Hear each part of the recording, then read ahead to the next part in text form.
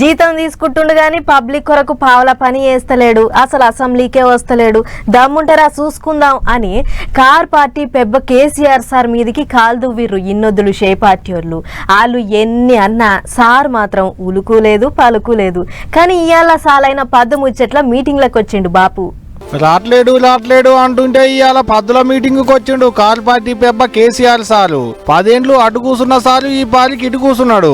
10 ఏండ్లు పవర్లున్న సారుకు పవర్ లేకపోయేటాళ్లకు ప్రతిపక్ష నాయకుని హోదాల ఇటులోకి కూసుండు అన్నట్టు.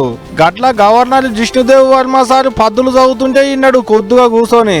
Telangana's farmers are the soul of the state. To ensure financial security, my government has implemented a rupees 2 lakh crop loan waiver benefiting 25.35 lakh farmers amounting to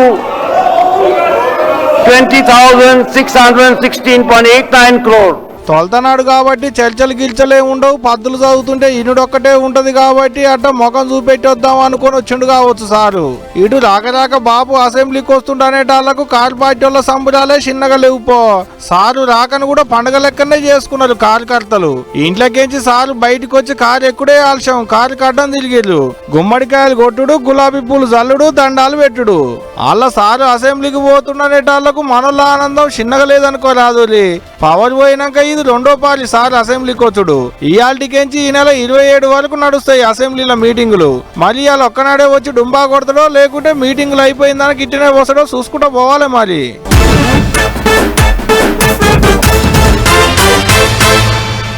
BC రిజర్వేషన్ల కాడ నుంచి కులగణన దాకా, ప్రాజెక్టుల కాడ నుంచి పంట పొలాల దాకా, రైతుల భరోసా కాడ నుంచి రుణమాఫీల దాకా, ఆసరా పెన్షన్ల కాడ నుంచి 6 గ్యారంటీల దాకా, ఇందిరమ్మ ఇండ్ల కాడ నుంచి సెంటరోళ్ళ పద్దుల దాకా ఆయిషీకి తైషి అనుకుంటున్న ఇయాల తెలంగాణ అసెంబ్లీలో పద్దుల ముచ్చట్లు నడిచిన ఇయాల. తోల్తనాడు అసెంబ్లీ వాడి వేడి మీద నడుస్తుంది అనుకుంటే అనుకున్నంతేం లేదు, సప్పసప్పగానే నడిచింది. కొత్త సీఎం సారు ఆయన సీట్లు ఆయన కూర్చుంటే పాత సీఎం సార్ వచ్చి ప్రతిపక్ష నాయకుని సీట్లో కూర్చున్నాడు. ఎవరు మాట్లాడిందేం లేదు, అంతా గవర్నర్ జిష్ణుదేవ్ వర్మ సారే మాట్లాడిండు. సార్ పద్దులు చదువుడు, ఎమ్మెల్యేలంతా సార్ చదివేటి పాఠాలినుడు, ఇదే నడిచింది తొలతనాడు. గవర్నర్ సార్ చదివేటి పద్దులేం కార్ పార్టీ వాళ్లకు నచ్చలేదట. సార్ వచ్చి పద్దులు చదువుతుంటే గాంధీ భవనంలో షెయి పార్టీ వాళ్ళ లెక్కలు చదివినట్టే ఉన్నది అనేది కార్ పార్టీ వాళ్ళు అంటున్న మాట. ఇది గవర్నర్ గారి ప్రసంగం లాగా లేదు. ఒక మాటలో చెప్పాలంటే గాంధీ భవన్ లో కాంగ్రెస్ కార్యకర్తల ప్రెస్ మీట్ లాగా ఉంది తప్ప గవర్నర్ గారి ప్రసంగం లాగా మాత్రం లేదు. పాపం పెద్ద ఆయన గవర్నర్ గారి నోటెంబడ కూడా రుణమాఫీ అయిపోయింది, లక్షలాది మంది రైతులు సంతోషంగా ఉన్నారు అని చెప్పి అబద్ధాలు చెప్పించి గవర్నర్ గారి స్థాయిని కూడా దిగజార్చి ఈ కాంగ్రెస్ ప్రభుత్వం మళ్ళొక్కసారి తన భ్రష్టత్వాన్ని, తన నీచత్వాన్ని బయట పెట్టుకుంది. అన్ని తప్పులు లెక్కలేనాట. అంతేకాదు విజన్ అంటున్నారట, కానీ విజన్ లేదు, మన్ను లేదు, ఉన్నది కమిషన్లు ఒక్కటే. కమిషన్ల గవర్నమెంట్ ను నడుపుతున్నారు అనుకొచ్చిండు కేటీఆర్ సారు. ఇవాళ 20% కమిషన్ తప్ప విజన్ లేని ప్రభుత్వం ఇది. ఈ విజన్ ఉంది, ఆ విజన్ ఉంది, AI డేటా సైన్సెస్ అని పెద్ద పెద్ద మాటలు. విజన్ లేదు, మన్ను లేదు, కమిషన్ తప్ప. No vision, only commission, only 20% commission అనే విధంగా ఇవాళ ప్రభుత్వాన్ని నడుపుతూ ఇది ఇటు ఈ నెల 27వ తారీఖు వరకు నడుస్తాయట అసెంబ్లీల మీటింగులు. అందులో 15వ తారీఖు నుంచి 18వ తారీఖు వరకు కులగణన, బీసీ రిజర్వేషన్ల బిల్లులు, ఎస్సీ వర్గీకరణ బిల్లులు, కృష్ణా జలాలు, రైతుల ఆత్మహత్యలు, రుణమాఫీ, రైతు భరోసా ఇట్ట అన్ని ముచ్చట్లు ముంగటేసుకుంటారట.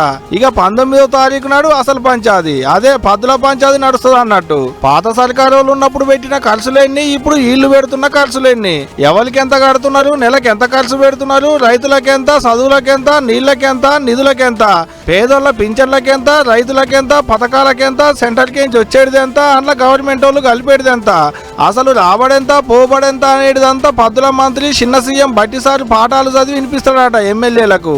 అన్నింటికంటే ఎక్కువ అయ్యాలనే జోరుగా నడిచేటట్టున్నది చూస్తుంటే. తదిమ రోజులలో మిగిలిన ముచ్చట్లు ముంగటేసుకుంటారు. ఇప్పటికే ఏ ముచ్చట్లో ఏమేం మాట్లాడాలనేది దాని మీద గులాబీ దళపతి వాళ్ళ సిపాయిలకు అంతా నూరిపోసిండు. ఇక వీళ్ళు ఏం లెక్కలు చెప్తారో, వాళ్ళేం కొర్రీలు పెడతారో చూడాలి మరి.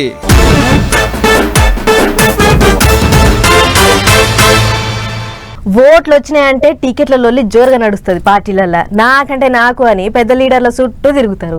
ఇంతమంది వచ్చేటాళ్లకు పెద్దోళ్ళకు కూడా వశపడదు టికెట్ ఎవరికి ఇయ్యాలో. కానీ ఈసారి అట్లా కాలేదు. ఎవ్వలేం జంగు లేపలేదు. అసలు నామినేషన్ లేచేటి దాకా ఎవ్వళ్ళకి తెలియలేదు. వాళ్ళకు పోటీ లేదు అని అంటే చిన్న పదవులేమో అని అనుకునేరు. బుగ్గ కార్లలో తిరిగేటి పదవులే ఏందంటారా? ఇక కథ ఏందో చూడుర్రి. తెలంగాణలో 5, ఆంధ్రాలో 5, మొత్తం 10 మంది. ఉన్న 10 సీట్లకు 10 మంది నిలబడ్డారు కాబట్టి నామినేషన్ లేచిన 10 మంది ఎమ్మెల్సీలు అయినట్టే. ఇక ఏకగ్రీవంగా ఎవరికి పోటీ లేదు. ఒక్కలెక్కువ నిలబడ్డా ఎమ్మెల్యేలు కూడా వరుసలో నిలబడి ఓట్లు వేయాల్సి వచ్చేది ఉండే. అదే ఎమ్మెల్యేల కోట కింద ఎమ్మెల్సీల ముచ్చట. ముందుగాల తెలంగాణ ముచ్చట చూస్తే షై పార్టీ వాళ్లకు ఎమ్మెల్యేలు ఎక్కువ ఉన్నారు కాబట్టి 4 ఎమ్మెల్సీలు ఉంటాయి. ఉద్యమకారుడు అద్దంకి దయాకర్ అన్నకొకటి, లేడీ లెజెండ్ రాములమ్మకొకటి, గిరిజన బిడ్డ శంకర్ నాయక్ అన్నలకొకటి, ముగ్గురి కలిపి 3 సీట్లు ఇస్తే షై పార్టీ వాళ్ళతోని మంచి మాటకున్నందుకు ఎర్రజెండా పార్టీ లీడరు సత్యవన్నను మండలికి పంపించారు. అటు కార్ పార్టీలో కూడా ఎమ్మెల్సీ మందం ఓట్లున్నాయి కాబట్టి దాసోజు శ్రవణన్నను మండలికి పంపించాలని అనుకున్నారట కార్ పార్టీ వాళ్ళంతా కలిసి. ఇక ఆంధ్రాకి వెళ్ళబోతే ఆడ కూడా ఇదే కథ.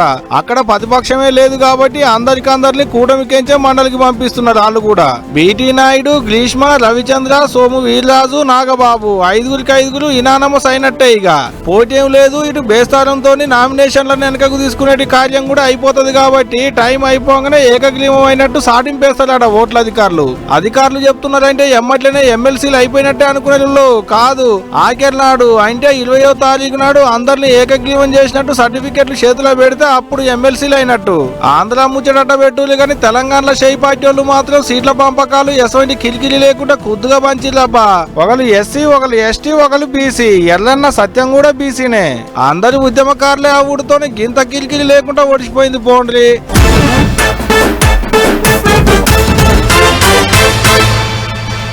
మీ ఇంట్లకు బ్రాండెడ్ సరుకులు కావాలా?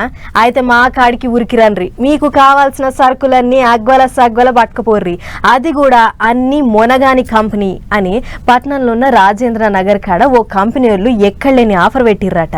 మరి బ్రాండెడ్ వస్తువులు అని అంటుర్రు, మీదంగా అగ్వల దొరుకుతాయి అని అంటుర్రు. మరి గా మాల్ ముచ్చటేందో మనం కూడా చూడాలి కదా. చలో పర్రి సీదా దుఃఖం కాడికే పోయొద్దాం. ఏం కావాలో చెప్పుర్రి. ఎర్రపట్టి షాపత్తా, 3 గులాబీల షాపత్తా, చక్రం సర్ఫు, బట్టల సెంట్ వాసన వచ్చే మందు, గిట్ల గివే కాకుండా ఇంకో 20 తీర్ల సరుకులు అడ్డీకి పావుషేర్ లెక్కన అమ్ముతున్నారు. లెక్కకైతే ఒక బ్రాండ్ సరుకు ఒకటే కంపెనీలో తయారైతది. కానీ కాటేదాన్ కాడున్న ఈ కంపెనీలో మాత్రం అన్ని రకాల సరుకులు ఒక్కతాన్నే తయారైతున్నాయి. మరి గట్లెట్లాయా అని అంటే ఈడ తయారైతున్న గీ మాలంతా కల్తీదేనట. అసలు కంపెనీల కాయిదాల డబ్బాలు ఏడంగా తెచ్చి దాప్రమయ్యో ఏమో. తెచ్చుడు, దాంట్లో అల్క తక్కువ మాల్ నింపి ప్యాక్ చేసి అమ్ముడు. దినం ఇదే కథనట. ఏ మాత్రం అనుమానం రాకుండా ఎవరన్నా చూసినా కూడా అరే అన్ని సరుకులు అసలైనయే, కల్తీ మాల్ కానే కాదు అనేంతగా మత్పరిచి సొమ్ము చేసుకుంటుర్రట దొంగ బద్మాష్కాళ్ళు. ఇక ఈ ముచ్చట రాజేంద్ర నగర్ ఎస్ఓటి పోలీసులకు ఎరికైతే వాళ్ళు చెకింగ్లు చేసిర్రు. ఈగేముంది, బస్తాలల్లో అమ్మకానికి దాచిన సరుకంతా బయటపడ్డది. డబ్బాల మీద ఎప్పుడు తయారు చేసిర్రు, ఎప్పటిదాకా వాడాలి అని రాసే మిషన్లు దొరికినాయి. మచ్చుబండలు ఇంకా డబ్బాలల్లో సదిన షాంపూలు, చాపత్తలు అన్ని చూసి వారిని మీ దందగాల పెద్ద పెద్ద కంపెనీ వాళ్ళకే టోపీ పెట్టిర్రంటే మీరు మొనగాలేనోసో అని సొట్లు పెట్టి మాలంతా సీజ్ చేసిర్రు. చూడురు ఎట్లున్నదో ముచ్చట. ఇక గిది తెలవక జనం అంతా ఒరిజినల్ మాలే కదా, షాప్ల కంటే మస్తు అగ్వగా దొరుకుతుందని ఎగవడి కొనుకపోవుడు, ఆ టెన్క రోగాల పాలవుడు. పట్నంలో గిసొంటి అడ్డదాకుల దందాలు బానే అవుతుంటాయి గాని మన అధికారులే మస్తు బిజీగా ఉంటారు. ఎవరిలో ఒకళ్ళు ఫోన్ కొట్టి చెప్పేదాకా ఆసుంటవై చూసి అంత తీర్బాటుగా ఉండదు. ఒకళ్ళు అట్లా చెక్కింగ్లు చేస్తే రోజుకో దొంగ కంపెనీ బయటకు వస్తాడు అని అనుకుంటుర్రు ఈ ముచ్చట చూసిన పబ్లిక్.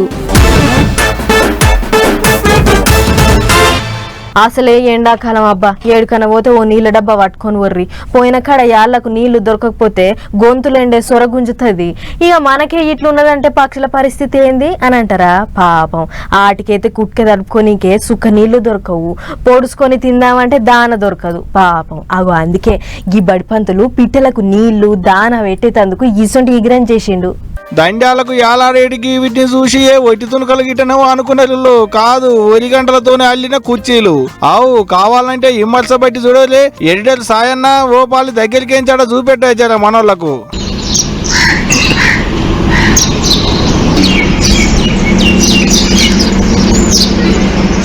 ఆగా చూసిరు కదా గిట్ల కుర్చీలెళ్ళి దండాలకు ఏలాడదీసింది గీసారే. పేరు దాలినాయుడు, కాకినాడ జిల్లా సారథి. పంతులు కొలువు చేసేటోడు ఉండేనట, గాని ఇప్పుడు రిటైర్డ్ అయిండు. మరి గిట్టెందుకు చేసిండయ్యా అంటే గాలిలో ఎగిరేటి పచ్చులకు మేత పెట్టేతందుకు.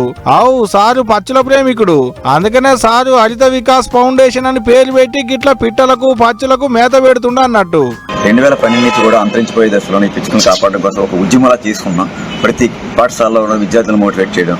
పక్షులు 30% మాత్రమే గింజలు తింటాయి, ఉన్న 70% పురుగులను తిని రైతుకి ఎంత మేలు చేస్తాయి. రైతు నేస్తాలు పక్షులు, అందుకే అవి నవజీవన వేదాలు. దయచేసి అందరూ కూడా ఇంటింటా ఒరిపించలు వేలాడదిద్దాం, పిచ్చుకలను ఇతర పక్షులను రక్షించుకుందాం, పర్యావరణం కాపాడుకుందాం. వాజిబే ఇంకొన్ని వద్దులు పోతే అప్పట్లో పిచ్చుకలు ఉండేటివి, పాల పిట్టలు ఉండేటివి, పావురాలు ఉండేటి అని పుస్తకాలలో చదువుకునేటి రోజులు వస్తాయి నాకేందని అందరు అనుకుంటే. గిట్ల అల్లిన కుర్చీలను గుళ్ళ ముంగట ఖాళీ జాగలున్న కాడ బాటమడిపోయేటి కడ కానొచ్చేటి షెట్లకు తాళ్లు కట్టి ఏలాడదీస్తాడట. అంతేకాదు నీళ్ళ కుండీలు కూడా సారే పెడతాడట.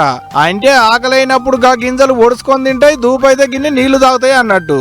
ఏడాదంతా ముచ్చటట్ట పెట్టురు కానీ ఈ ఎండాకాలం అయితే అవసరమే. మరి ఇక సారోళ్ళ ఇంటి మీదనైతే సందే లేదు, బంగుల మీదంతా దండాలు గట్టికి కుర్చీలు ఏలాడదీసిండు సారు. గొప్ప ముచ్చటే కదా.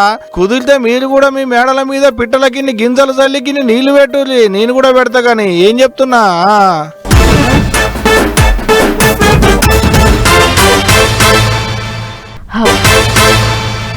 ఈ దొంగలు మొదలారా ఎంత తెలివి మీరు చూడుర్రి. కాలానికి తగ్గట్లు దొంగతనం చేసే స్టైల్ కూడా మార్చుకుంటుర్రు.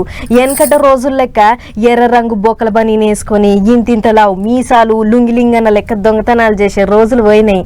నిన్ని అలా దొంగతనాలు మంచినీళ్ళు తాగినంత హల్కగా చేస్తుర్రు అన్నట్లు మంచినీళ్ళు అంటే అదికొచ్చింది. కుక్కట్పల్లి కాడ మంచినీళ్ళకి ఒకటి ఏం చేసిండో చూడుర్రి మీరే. ఈ కథ పాడుగాను మంచినీళ్ళు ఇచ్చుడే పాపం అయ్యింది చూడుర్రి. కుక్కట్పల్లిలా టెంపుల్ బస్ స్టాండ్ దిక్కుండే గీ పెద్దమ్మ పొద్దుగానే లేచి ఇంటి ముంగట ముగ్గేస్తుంది. అంతలనే ఒకడు నెత్తికి టోపీ తగిలించుకొని గేట్ కాడుకొచ్చిండు. పెద్దమ్మ మస్తు దూపైంది, నాలుకెంత ఎండిపోతుంది, చెమడని నీళ్ళు పుణ్యం ఉంటదని బొంకిండు. ఇక వాని ఆశలేషం తెలియని గా పెద్దమ్మ అయ్యో కొడుక ఆగు బిడ్డ అని ముగ్గేసేది ఇడిచిపెట్టి మరి ఇంట్లకు నీళ్ళేద్దామని పోయింది. ఇక ఇదే సందని అనుకున్న గీ మక్కరగాడు సీదా ఆమె వెనకెమ్మటే పోయిండు. అటు ఇటు చూసి ఇంట్లో జొర్రి పెద్దమ్మ మెళ్ళున్న 2.5 తులాల బంగారు గోల్స్ అందుకుని అవతల పడ్డాడు. ఎమ్మటే సోయికొచ్చిన పెద్దమ్మ నిలవర్రా ఓ రారి నిలవర్రా అని వెనకెమ్మటి ఉరికింది గాని వాడు దొరుకుతాడా, అవతల పడ్డాడు. ఇక లబలబా మొత్తుకుంటా పోలీస్ స్టేషన్ లో ఫిర్యాదు ఇచ్చింది. మరి యాళ్ల పొద్దుగాల ముగ్గులేసి అమలక్కలో జర్రంత పాయలంగా ఉండుర్రి.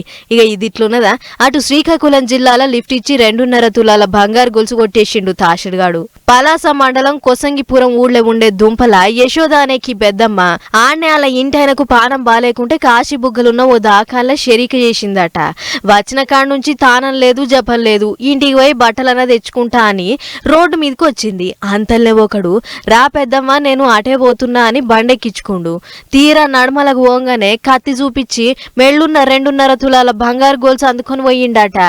దీంతో పెద్దమ్మది ఓ గోస కాదు, నా పెనిమిటి బాలేడన్న రందుల నేనుంటే గిట్లా అన్యాయం చేసిపోతీవి కాదురా నీ తాడుదెంప అని ఒక ఏడుపు కాదు చూడుర్రి. లిఫ్ట్ ఇస్తా అని ఎంత పని చేసిండో బద్మాషిగాడు. అందుకే ఎటన్నా పోయేటప్పుడు వచ్చేటప్పుడు పాయలంగా ఉండుర్రి ప్రజలారా. ఇవాళ రేపట్లో ఎవ్వరిని నమ్మేటట్లు లేదు. ఏం చెప్తున్నావు?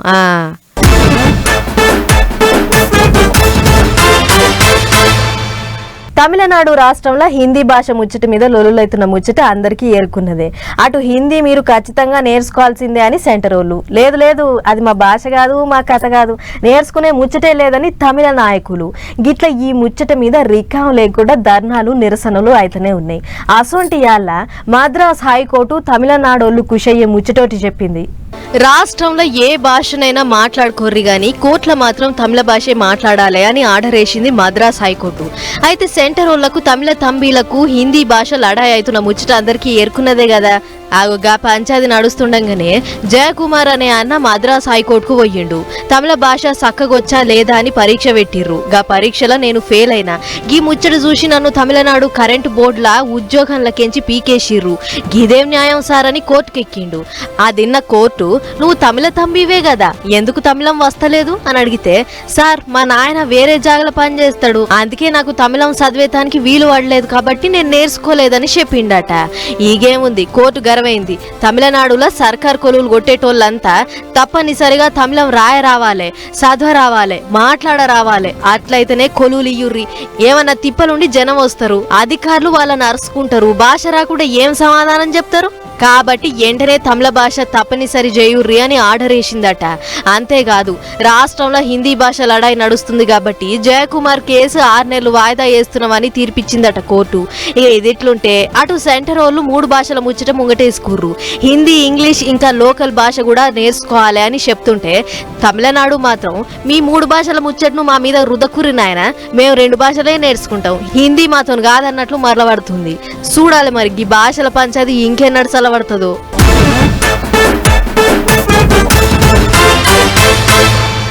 చలో మరి ఇవ్వనమాట పటాస్ న్యూస్ ముచ్చట్లు ఇంకో ఎపిసోడ్లో మళ్ళీ కలుసుకుందాం. నమస్తే.